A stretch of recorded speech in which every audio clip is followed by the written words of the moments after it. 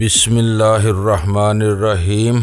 गुमनाम हीरो के मुअज़्ज़ज़ नाज़रीन, अस्सलामु अलैकुम। आइए चलते हैं कहानी की तरफ। मैं इन खतरनाक हालात में अंधाधुंध कोई कदम नहीं उठा सकता था। ऐसी हमाकत की सूरत में ऐन मुमकिन था कि मैं बेखबरी में अपने दुश्मनों की बजाय हमदर्दों ही की किसी गोली का निशाना बन जाता। इसलिए कोई फैसला करने से पहले इस अचानक तसादम का तज्जिया करना जरूरी था। लेकिन सीमा के रोने के डूबते और उभरते हुए सूर इस वक्त मेरे जहन पर जिल्लाहट तारी कर रहे थे। खामोश हो जाओ, ये लोग तुम्हें ताल कर नहीं खा जाएंगे। मैंने गुर्रा कर धीमी आवाज में इसे डांटा। नरमी से बात करो पीटर। आग और बारूद की इस बरसात में भी जहांगीर के दिमाग में इश्क का कीड़ा कुलबुला रहा था। वो बेचारी फायरिंग और अंधेरे से पहले ही डरी हुई है। तुम भी इसे धमकाओगे तो आधी जान रह जाएगी। आधी जान के बच्चे, इस पूरी जान को गोद में लेकर चुप कराओ। मैंने अंधेरे में दांत पीसते हुए कहा, ये आतिशबाजी नहीं चल रही। कुछ लोग अफरा तफरी फैलाकर सीमा के फ्लैट से सिल्वर आई निकाल ले जाना चाहते हैं। इस वक्त हम हाथ पर हाथ धरे बैठे रहे तो बेमौत मारे जाएंगे। ये सिल्वर आई का चक्कर है। जहांगीर मेरा इंकशाफ सुनकर बुखला गया। सीमा की रोने की आवाज भी यकलख्त थम गई थी, जैसे इसका दौराने खून ही थम गया हो। हमने तो खुद खुला मैदान छोड़कर इन्हें सिल्वर आई निकाल ले जाने का मौका दिया है, फिर इनकी राह रोकने वाले कहां से पैदा हो गए? वो बुखलाए हुए लहजे में कह रहा था। वो मुजरम हैं, शहर में इनके बेहतीरे दुश्मन हो सकते हैं, मगर इस वक्त वो यही समझेंगे कि सीमा ने फोन पर डीडी की धमकी मिलने के बाद अपने हामियों को यहाँ जमा कर लिया है। इसकी पोजीशन मखदूश हो गई है। मैं इसी खून खराबे से डर रही थी। मेरी बात काटते हुए सीमा की रूहान सी आवाज उभरी, मगर ये होकर ही रहा। मेरी अकल माउफ होकर रह गई है। अब क्या होगा? सुनो, मैंने इसके दोनों बाजू मजबूती से थाम कर गुस्से से इसके पूरे वजूद को झंझोड़ डाला। थोड़ी देर पहले जबत से काम लेकर मुझे कुछ सोचने का मौका दो। हम कुछ भी न कर सकेंगे। अभी तक सब कुछ इमारत के बाहर ही हो रहा है। हमें कुछ इल्म नहीं कि किसका पलड़ा भारी है। डीडी के आर्मियों का दाव चल गया तो वो बिल्डिंग में घुसकर अंधेर मचा देंगे। तुम्हारे फ्लैट के साथ दूसरे घर भी इनकी बर्बरियत का निशाना बन जाएंगे।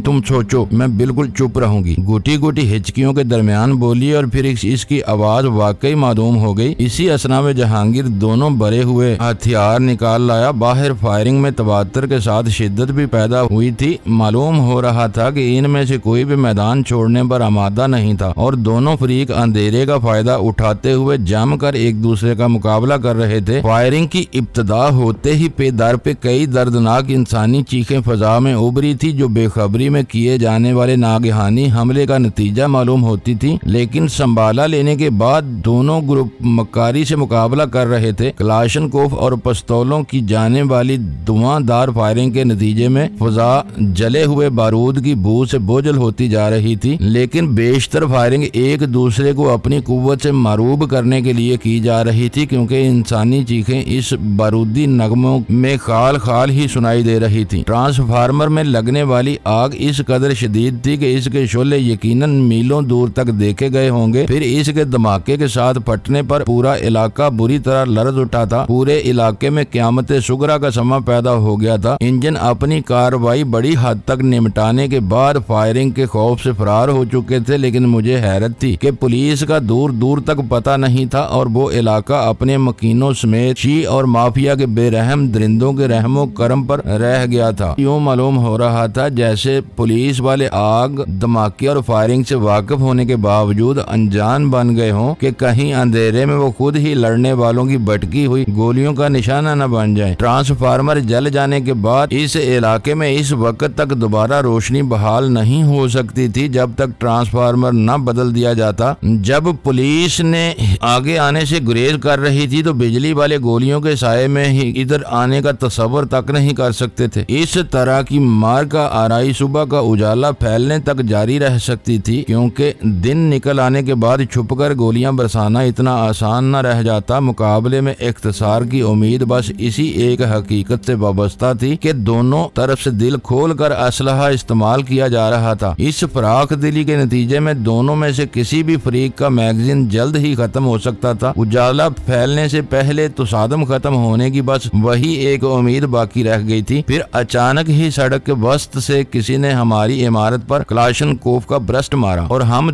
तीनों ही गैर इरादी तौर पर बालकोनी के फर्श पर गिर गए। सीमा बुरी तरह खौफजदा थी। जहांगीर के सर पर इसकी दिलजोई का भूत सवार था, इसलिए मुझ ही को इस बारे में अपने जहन पर जोर देना पड़ा। मैंने ये अंदाजा लगा लिया कि वो फायरिंग अंधाधुंध नहीं की जा रही थी, बल्कि हमलावर ने मेरे पड़ोस में वाक़या सीमा के फ्लैट की खिड़कियों, दरवाजों और दीवारों को अपना निशाना बनाया हुआ था। इसकी क्लाशनकोफ की बैरल से निकलने वाली चमक के इन्हेकास में मैंने देखा कि वो दो मुसल्ला आदमी थे जो पेशावर गुरीलों की तरह सड़क के वस्त में आसेबी सायों की तरह जमे हुए खड़े थे। वो यकीनी तौर पर शी के ही आदमी थे, क्योंकि उन्होंने सीमा के फ्लैट को टारगेट बनाया हुआ था, जहां इनकी एक मुकद्दस सिल्वर आई फंसी हुई थी। इनमें से एक वक्फे से सीमा के फ्लैट पर निशानेबाजी की मशक करके अपनी दानिस्त में वहां रहने वाली को अपनी कुव्वत से खौफजदा करने की कोशिश कर रहा था, और दूसरा चुकन्ने अंदाज में चारों तरफ निगरानी कर रहा था कि इसे जिधर भी जरा सा शुबा होता अपनी क्लाशनकोफ से एक हल्का सा ब्रस्ट चला देता था। हम सड़क से तकरीबन 1.5 मंजिल की बुलंदी पर गहरी तारीकी में थे। दुश्मन के कम अज कम 2 आदमी वाज़े तौर पर हमारी निगाहों में आ चुके थे, और खुश नसीबी से वो हमारे निशानों की ज़ाद में भी थे। उठो, मैंने जहांगीर का कॉलर पकड़कर इसे घसीटा। सीमा शायद दहशत से बेहोश हो चुकी थी, और जहांगीर बुखलाहट में इसके दाने से अपना दाना मिलाकर गालबन तनफ़्फ़ुज़ बहाल करने वाली तदबीर आजमाने की कोशिश कर रहा था। क्या बात है, इसकी जिल्लाई हुई गुर्राहट भी धीमी ही थी। अपनी खिदमत खल्क में मेरी मुदाखलत इसे जरूरत से ज्यादा ही नागवार महसूस हुई थी। ये पकड़ो, मैंने भरा हुआ पिस्तौल इसके हाथ में थमाते हुए गुर्रा कर कहा। वो नीचे सड़क पर हमारे 2 दुश्मन खड़े नाच रहे हैं। मैं 1 2 3 कहूंगा। 3 कहते ही हमें इन दोनों को एक साथ गोली मारनी है। इनमें से एक भी जिंदा बच गया तो हमारी यहाँ मौजूदगी का राज फाश हो जाएगा। बचने वाला अपने साथियों को हमारी तरफ भी मतवज्जो कर देगा। फिर ऐसा खतरा क्यों मोल ले रहे हो? वो पिस्तौल लेते हुए नीम दिली के साथ बोला। खामोशी के साथ यहाँ दुबक कर तमाशा देखते रहो। वो दीवारों और दरवाजों पर गोलियां बर्बाद करके खुद ही वापस चले जाएंगे। तुम अहमक हो, मैंने चिल्लाकर कहा। ये ना भूलो कि वो हमारे दुश्मनों के आदमी हैं, और इनका मुकाबला करने वाले हमारे नादीदा दोस्त या हमदर्द हैं। अपने हमदर्दों का साथ न देकर हम खुद अपनी कब्र तैयार कर लेंगे। जो कह रहा हूँ पूरी तवज्जो और ध्यान से इस पर अमल करना। जरा भी चूके तो वो छलावों की तरह गायब हो जाएंगे। चलो फिर गिनती शुरू करो। इसने एक गहरा सांस लेकर कहा। मेरे पिस्तौल की नाल पर साइलेंसर चढ़ा हुआ था, जबकि जहांगीर के पिस्तौल पर वो आला मौजूद नहीं था। हम दोनों ने अपने हाथ सीधे किए। मैंने गिनती शुरू की और 3 का लफ्ज अदा होते ही एक धमाके के साथ 2 गोलियां सड़क के वस्त में मौजूद अहमकों के जिस्मों में पैवस्त हो गईं। इनमें से एक ही चीख बहुत तवील और अंदोहनाक थी, जिसमें मौत की दहशत रची हुई थी। गोली खाकर वो चीखता हुआ वहीं ढेर हो गया था, लेकिन दूसरा सिर्फ जख्मी हुआ था, क्योंकि मैंने इसको चीख मारकर एक तरफ भागते हुए देखा था। तारीकी में इसका हैबला बुरी तरह लंगड़ा रहा था। शायद इसकी टांग जख्मी हुई थी। वो दोनों अपनी दानिस्त में बहुत महफूज थे, इसलिए हमारी फायरिंग ने इनके औसान कता कर दिए। शदीद जख्मी होने वाला तो शायद सड़क पर सिसक कर दम तोड़ रहा था, लेकिन जख्मी होने वाला भी जवाबी फायरिंग करना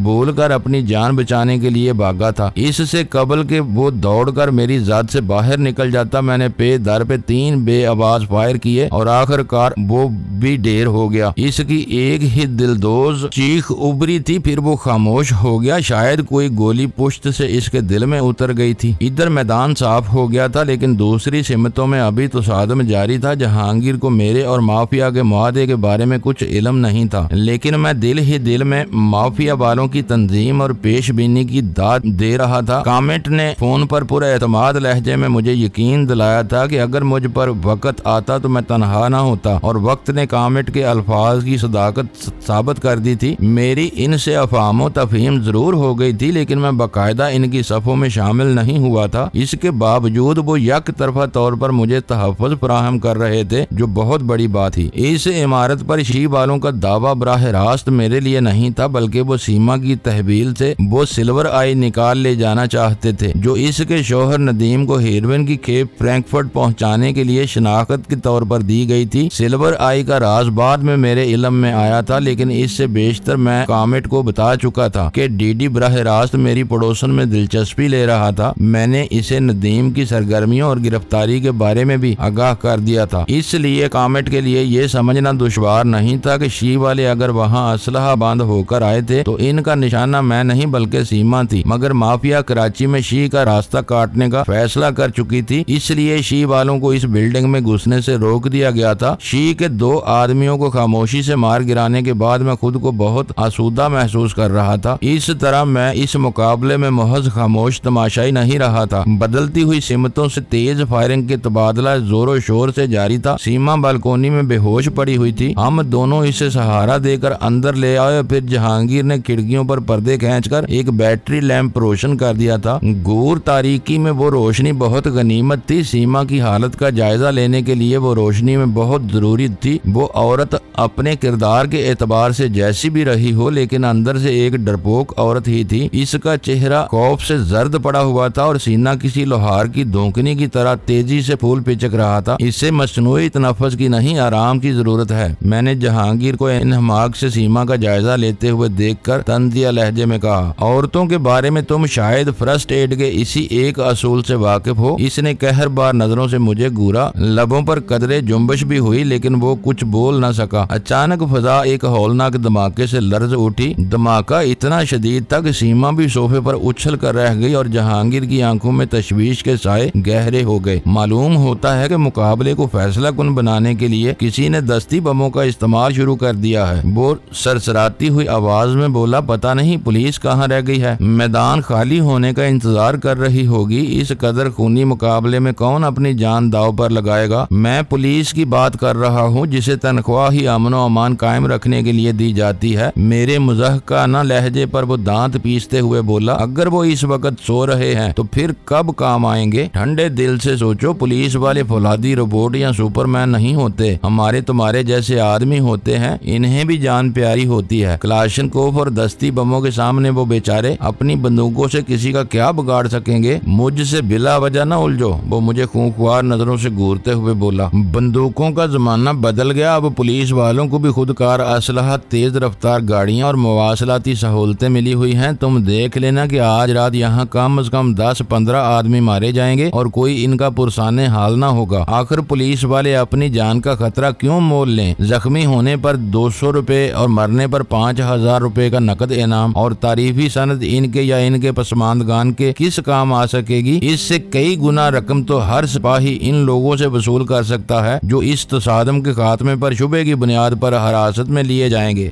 हर जेरे हिरासत कैदी अपने सारी बेगुनाही के बावजूद बड़ी खुशी से इतनी रकम अदा करने पर आमादा हो जाता है। तुम ही जैसे लोगों ने इस मुल्क का बेड़ा गर्क किया हुआ है। वो चिल्ला कर बोला, हर चीज को पैसे के तराजू में तोलते हो। इंसानी खून का एहतराम, फराइज मनसबी का एहसास, मुल्क और मुआशरे से मोहब्बत और ज़मीर की कोई अहमियत ही नहीं रही है। ये सब पुराने जमाने की बातें हैं माय डियर। मैंने इसे मजीद चिढ़ाते हुए कहा, ये बहिश्ती जेबर और तौबतुल नसू जैसी किताबों में ही बाकी रह गई हैं। अब तो हर तरफ पैसा चलता और बोलता है। तुम्हें भी ये सब आज याद आ रहा है। 12 साल पहले क्या थे तुम और तुम्हारी क्या सोच थी। यानी तुम्हें यकीन है कि पुलिस नहीं आएगी। इसने खिफत आमेज हंसी के साथ अपनी जात को मौजू की जात से बचाने की कोशिश करते हुए कहा, आएगी, लेकिन ये धुआंधार बरसात खत्म होने के बाद। मैंने जोर देकर कहा, अभी वारदात जारी है। ये मुकम्मल हो जाएगी तो कानून का आहनी हाथ हरकत में आ जाएगा। मैं मजीद कुछ कहने का इरादा रखता था, लेकिन मेरी बात अधूरी रह गई क्योंकि अचानक ही फोन की घंटी चीख पड़ी थी। बाहर होने वाली जबरदस्त फायरिंग और धमाकों के दरमियान फोन की घंटी की आवाज मुझे बड़ी अजीब सी महसूस हुई थी और मैंने लपक कर इंस्ट्रूमेंट का रिसीवर उठा लिया। दूसरी तरफ से फौरन ही कामेट कहा गया था। जवाब में मैंने शूटर कहते हुए महसूस किया कि कामेट की आवाज सर्द और खासी संजीदा थी। तुम कहाँ हो? आज तो बाहर हर तरफ आग और बारूद का राज है। शायद फोन पर भी तुम धमाकों की आवाजें सुन रहे होगे। तो सादम हमारी तवक्को से कहीं ज्यादा शदीद हुआ है। तुम्हें इस औरत से क्या मालूम हुआ? औरत के पास सिल्वर आई मौजूद है। ये मालूम होते ही मैंने अंदाजा लगा लिया था कि वो लोग इसके फ्लैट पर पूरी कुव्वत के साथ दावा बोलेंगे, लेकिन मेरे पास तुम्हें मुतल्ला करने का कोई जरिया नहीं था। ये सिल्वर आई क्या बला है? इस मामले में वो बिल्कुल कोरा मालूम हो रहा था। सोने पर चांदी से डली हुई एक खूबसूरत इंसानी आंख, जिसे यूरोप में शी के बड़े अपने मनसब की शनाख्त के लिए इस्तेमाल करते हैं। लेकिन तुमने तो बताया था कि सीमा का शौहर शी वालों का एक मामूली कैरियर था जो तीसरी कोशिश करते हुए यूरोप में पकड़ लिया गया। इसने मेरी बात काट कर तहैयर अमेज लहजे में सवाल किया, तुमने मुझे अपनी बात पूरी करने का मौका नहीं दिया। मैंने मुख्तसर तरीन अल्फाज में इस सीमा की तहवील में सिल्वर आई की कहानी सुना दी। अपने पास पहले पहले मौजूद सिक्कों का जिक्र किए बगैर मैंने इसे ये भी बता दिया कि सिल्वर आई की अहमियत के पेश नजर सीमा की गुलू खलासी के लिए मैंने वो सिक्का इसके फ्लैट ही में छोड़कर इसे अपने पास बुला लिया था। ये तुमने बहुत बुरा किया। मेरी बात मुकम्मल होने पर वो मुतासफाना लहजे में बोला, डॉन के लिए सिल्वर आई दिलचस्प साबित हो सकती थी। क्या ये मुमकिन नहीं कि तुम अब फ्लैट में जाकर वो सिक्का निकाल लाओ? फिलहाल नामुमकिन है। सीमा दहशत से बेहोश हो गई है। मुझे इल्म नहीं कि इसने सिल्वर आई कहाँ रखी है। अंधेरे में मेरे लिए इसे तलाश करना दुश्वार होगा। मैंने सफाई से झूठ बोला, हालांकि सीमा मुझे बता चुकी थी कि इसने सिल्वर आई दूसरे सिक्कों और नदीम के जाती इस्तेमाल के कुछ कागजात के साथ इसके एक जीन्स की जेब में डाल दी थी। लेकिन मुझे अंदाजा था कि सिल्वर आई बाजियाब न होने की सूरत में शी वाले कब्र तक भी सीमा का पीछा न छोड़ते और हर इस ठिकाने को तहबाला कर देते जहां इसकी या सिल्वर आई की मौजूदगी का जरा भी शुबा होता। वो कब तक होश में आ जाएगी? कॉमेट ने इज़रारी लहजे में सवाल किया। कुछ नहीं कहा जा सकता, हमारी कोशिशें जारी हैं। वो बुरी तरह दहशतज़दा हो गई थी। तुम्हारे साथ कोई और भी है? इसने चौंक कर सवाल किया। मुझे अपनी बेएहतियाती पर अफसोस हुआ क्योंकि मैं रवानी में हमारी कोशिशें कह बैठा था, इसलिए इनकार की गुंजाइश बाकी नहीं रही थी। मेरा एक दोस्त है लेकिन इन मामला से इसका कोई ताल्लुक नहीं। इस वक्त भी वो दूसरे कमरे में सीमा को होश में लाने की कोशिशें कर रहा है। फिर तो वो जहांगीर होगा। इसने पुरएतमाद आवाज उभरी। मेरे बारे में वो मरदूद बहुत ज्यादा बाखबर था। कल रात भी जब प्लास्टिक का गुड्डा तुम्हारी कार में रखा गया तो शायद तुम इसी के घर गए थे। मैं इनकार नहीं करूंगा लेकिन एहतजाज जरूर करूंगा कि तुम बाकायदा मेरी निगरानी कर रहे हो। निगरानी नहीं, हिफाजत कहो, वो आहिस्तगी से बोला। मुहाफिजों को अपने हथियार संभाल कर हर वक्त तुम्हारे करीब रहना होता है, वरना तुम्हारे खून के प्यासे तुम्हें कहीं भी घेर सकते हैं। उन्होंने तो इस वक्त भी घेरा डाला हुआ है।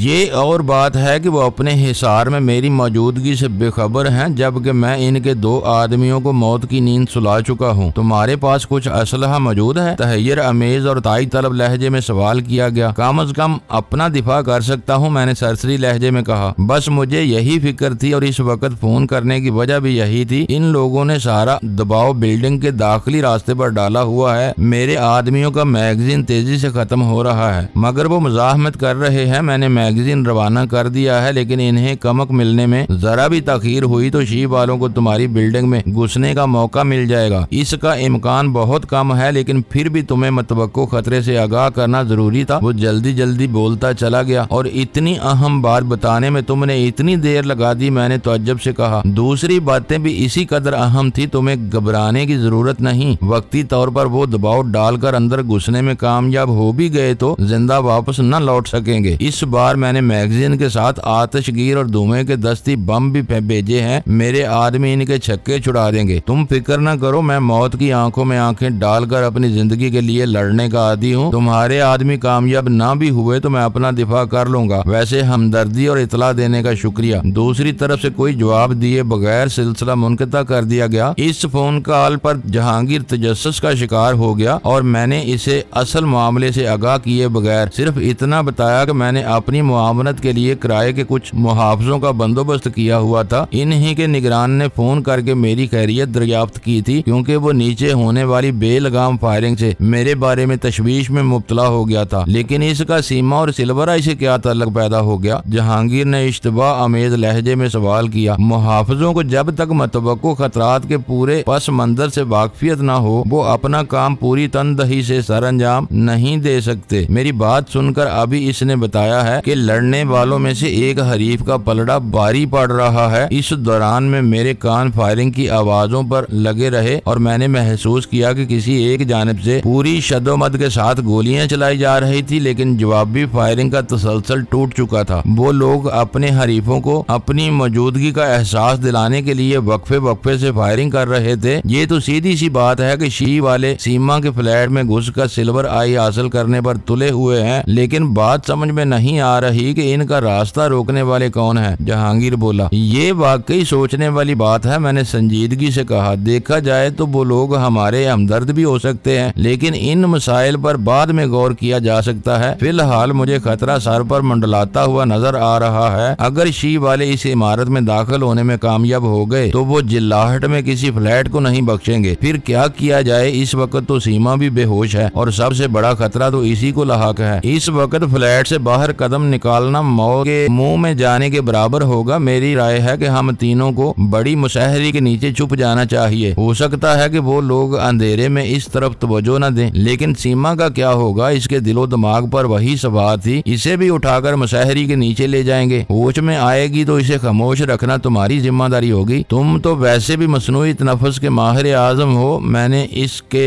ब्रीफ केस बंद करके सोफे के नीचे डालते हुए कहा। वो मुझे घूर कर रह गया। फिर हम दोनों ने बेहोश सीमा को ख्वाबगाह में ले जाकर मुशहरी के नीचे धकेला। पिस्तौलों के अलावा बीम गन भी साथ ली और बैटरी लैंप गुल करके खुद भी मुशहरी के नीचे रेंग गए। इस आखिरी इकदाम में जहांगीर ने उजलत से काम लिया था ताकि इसे सीमा के करीब रहने का मौका मिल सके, लेकिन मैं सब कुछ समझने के बावजूद दानिस्ता खामोश ही रहा। ये तुम्हारे किराए के मुहाफिज कहाँ से पैदा हो गए? मुशहरी के नीचे गर्द आलूद कालीन पर घुटन में कुछ देर खामोश रहने के बाद जहांगीर की जुबान में खारिश शुरू हो गई। इस शहर में पैसा खर्च करके किराए के कातिल तक हासिल किए जा सकते हैं, फिर मुहाफिजों का हसूल तो बहुत आसान है। मैं तुम्हें बता चुका हूँ कि वो लोग इस मुकाबले में शरीक नहीं हैं बल्कि खामोश तमाशाई हैं। ये वही तो नहीं जो असलहे की बात करने के लिए कल तुम्हारे पास आने वाला था। इसने आज खुद ही एक भूली हुई बात मुझे याद दिला दी। मुझे याद आ गया कि पिछली रात जहांगीर की मौजूदगी में कामिट का फोन आया था। इस वक्त जहांगीर फिल्म देखने में महब था और कामिट मुझसे मिलने के लिए आने वाला था। इसलिए मैंने जहांगीर को ये बहाना करके बमुश्किल टाला था कि मुझसे असलहे के सौदे के लिए कोई मुलाकाती फ्लैट पर आने वाला था, इसलिए इसकी मौजूदगी मुनासिब नहीं थी। ओह, तो मैं तुम्हें पहले ही बता चुका था। मैंने अनजाने में अपनी अदाकारी करते हुए हैरत से कहा। वही है जिससे मामला तय होना हो, बस उसी से मिलता है। दूसरों से गैर जरूरी तौर पर मिलना पसंद नहीं करता। असलहे की सौदागरी के साथ उजरत पर बेहतरीन काम करता है। फिलहाल मैंने अपनी हिफाजत पर लगा लिया है। हो सकता है कि बाद में दिलदार को ठिकाने लगाने का सौदा भी इसी से कर लूं। काम का आदमी मिल गया है तो इससे बेहतर कोई सूरत नहीं हो सकती। वो संजीदगी के साथ बोला। ठेकेदारी इस दौर में जिंदगी को बहुत आसान बना देती है। तुम्हें मालूम होता है कि एक मुकर्रर रकम खर्च करके क्या नताइज हासिल कर सकोगे। आज की तो हर समझदार सनतकार भी इस रास्ते पर चल पड़ा है। वर्कर रखो तो इनके हजार नखरे होते हैं। बीसियों सरकारी महकमों को रिश्वत देना पड़ती है, फिर कभी ओल्ड एज का चक्कर निकल आता है, कभी सोशल सिक्योरिटी देना पड़ती है। यूनियन बन जाए तो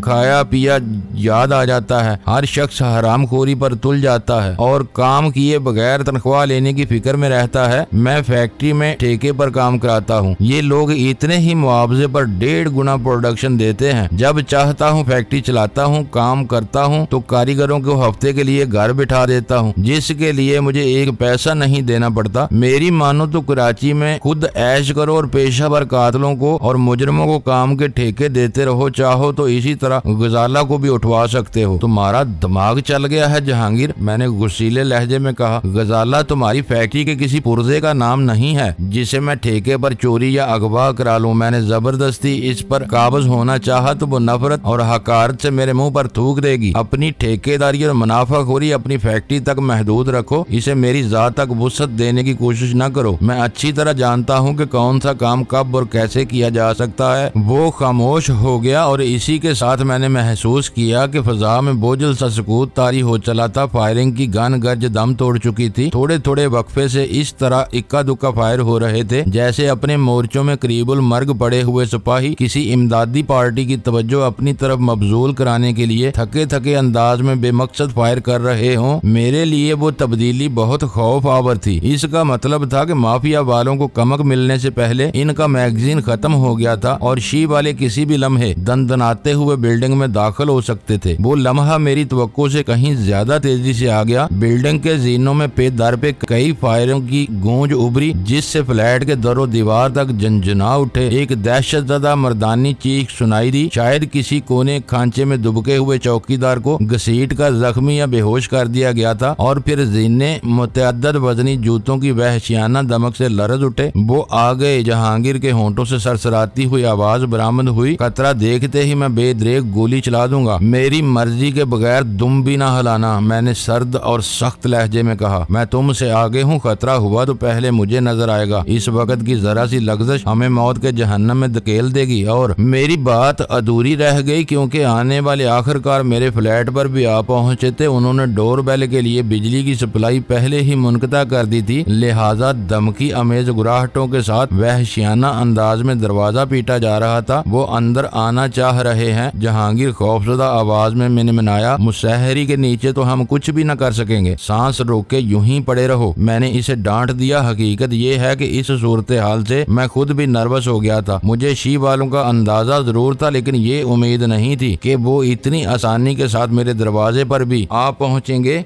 बाहर राहदारी में अजीब मिला जुला शोर गूंज रहा था। मेरे फ्लैट के साथ ही सीमा का दरवाजा भी पीटा जा रहा था। फिर शायद किसी ने कफल पर फायर किया। एक जोरदार धमाका गूंजा, जैसे कई आदमियों ने अपने शाने मिलाकर जोरदार जरब लगाकर दरवाजे को उखाड़ फेंका। इसी के साथ तेज चरचराहट के साथ वजनी चौबीपट अंदर गिरने का धमाका सुनाई दिया, जो यकीनन मेरे फ्लैट का नहीं था। गालबन वो लोग सीमा के फ्लैट का दरवाजा तोड़कर अंदर घुसने में कामयाब हो गए थे। मुअज़्ज़ज़ नाज़रीन, लाइक करें, शेयर करें और कमेंट्स बॉक्स में पाक आर्मी जिंदाबाद, पाकिस्तान पाइंदाबाद का नारा ज़रूर दर्ज करके अपने मुल्क पर फ़ख्र करें और पाकिस्तान की बुनियादें मजबूत करने में अपना किरदार अदा करें। वीडियो देखने का शुक्रिया। मुअज़्ज़ज़ नाज़रीन, अपना ख्याल रखिएगा और हमारे चैनल का भी। ISI पाक आर्मी जिंदाबाद, पाकिस्तान पाइंदाबाद।